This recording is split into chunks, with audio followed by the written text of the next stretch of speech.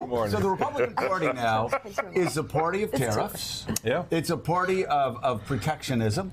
It's a party of high deficits. It's a party of higher debt. It's all the things that I ran against in '94. It's all the things that most candidates ran. This is not the party of Ronald Reagan. It's not even the party of George H.W. Bush. This is, I mean, we always joke that Trump wasn't really a joke, but that Trump was a liberal New Yorker, but these policies, man. Yeah, the policies are certainly outside of anything Republicans had adhered to before. And even during the Reagan years, when Reagan went into this space, he didn't go in with a sledgehammer on tariffs. He went in and he negotiated and he kind of worked out, you know, up to a point, short of imposing tariffs to this extent. Right. And the fact of the matter is, this is the Trumpification of the party. I think you've said that, and many others have said it as well.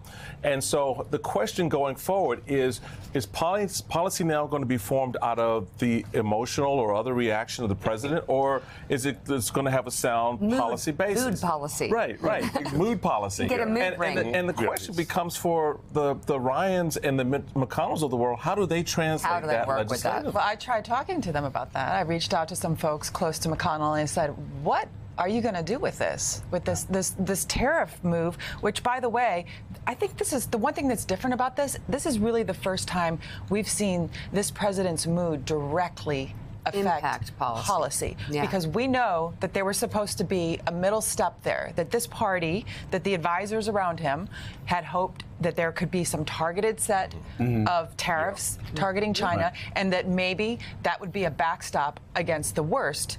And instead, boom. But think about this, Mika. All the reports from the New York Times, the Washington Post. We're going to be talking to Philip Rucker in a minute. Think about this disconnect. The president is angry about Hope Hicks leaving. The president is angry with Hope Hicks' testimony. The president is angry that Jeff Sessions, his attorney general, had dinner with Rod Rosenstein. The president's raging, and because those things happen, the president decides to start a trade war because he can. That was, I mean, I would much rather I'd be glad to send over a Call of Duty with the headphones and let him play video games if he could get his aggression out there. But what he's doing here instead is he's harming our relationship with our allies. Just ask the Secretary of Defense. And he's also hurting working class Americans. Now, at some point, somebody's going to be smart enough on the Democratic side. We may have to give them about 10 years because they don't seem to be very smart over there. But somebody's going to get smart enough to put together all the things that Donald Trump is doing that is hurting working class Americans. You can start with the Trump tax, which is on tariffs. I mean, how much is that going to cost working class Americans when they go into Walmart, when they go into Sam's? How much is that going to hurt them? You can talk about the Trump tax cuts. And right now, of course, I don't know if you've noticed, but they've had to stop actually talking about the Trump tax cuts in Pennsylvania 18, the most important race, because it doesn't, unlike the lies that we heard from national Republicans that this was a boon for Republicanism, it's not moving. And in fact, most of the people in a recent poll, a Donald Trump sanctioned poll, agreed with Nancy Pelosi's comment that working class Americans were only getting, quote, crumbs from this tax cut. And then you can look at health care. Donald Trump and Republicans have done everything they could do to strip away the guarantees for health care for working class Americans that they got in Obamacare. So at some point, the Democrats, instead of saying better deal, square meal, fair deal, I know. At some point, they're going to actually say, this is how much the Trump tax is going to cost you. This is how much the Trump tariff is going to cost you. Yeah. This is how much the Trump tax on is costing you when it comes to gutting your health care. This is how much it's going to, I mean, go down the line. they have a remarkable story to tell. So what we have, though, with this president, I don't know if you guys remember at the beginning of the administration, there was all this talk about Ivanka Trump being the moderating force.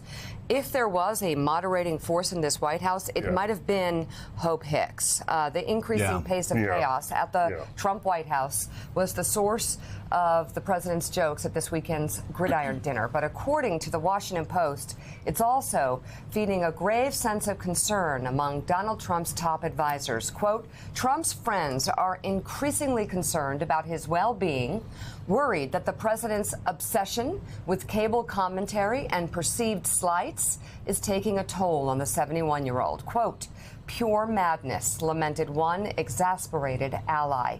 Two officials told NBC News that the president's announcement of new steel and aluminum tariffs emerged from anger, unlike any they had seen before, resulting from a trifecta of events. Hope Hicks' testimony to lawmakers investigating Russia, conducted by Attorney General Jeff Sessions, not conducted by, and the treatment of his son-in-law, Jared Kushner, by Chief of Staff John Kelly. Quote, on Wednesday evening, the president became unglued, in the words of one official familiar with the president's state of mind.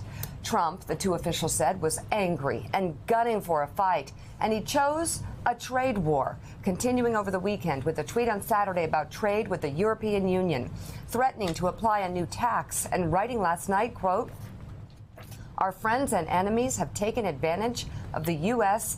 for many years. Richard Haas, our friends across the world certainly read newspapers. They have contacts in Washington, D.C., and know what's going on.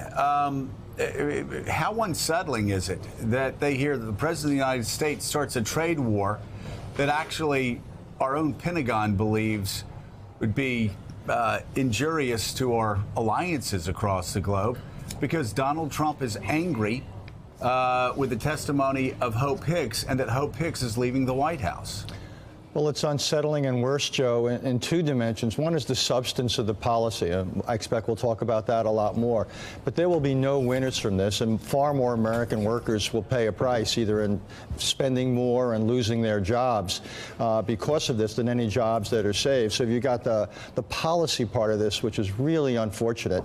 This undermines or unravels one of the fundamentals of American foreign policy for the last 70 years, which is to promote free trade and global trade agreements. And then you get into what you've been talking about this morning, the combination of process or lack of it and the president's personality and his mood.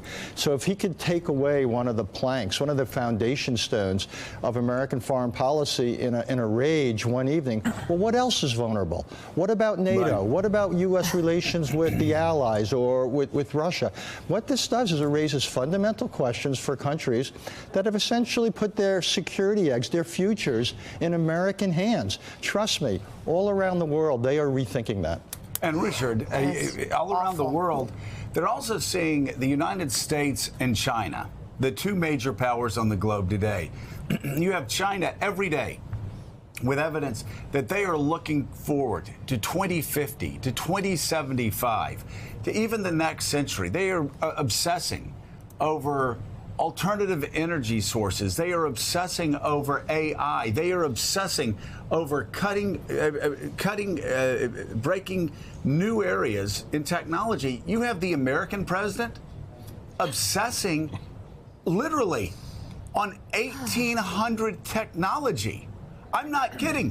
While they're looking at AI, the American president is looking at mining. He wants to revive mining, like he's in York, England in 1863.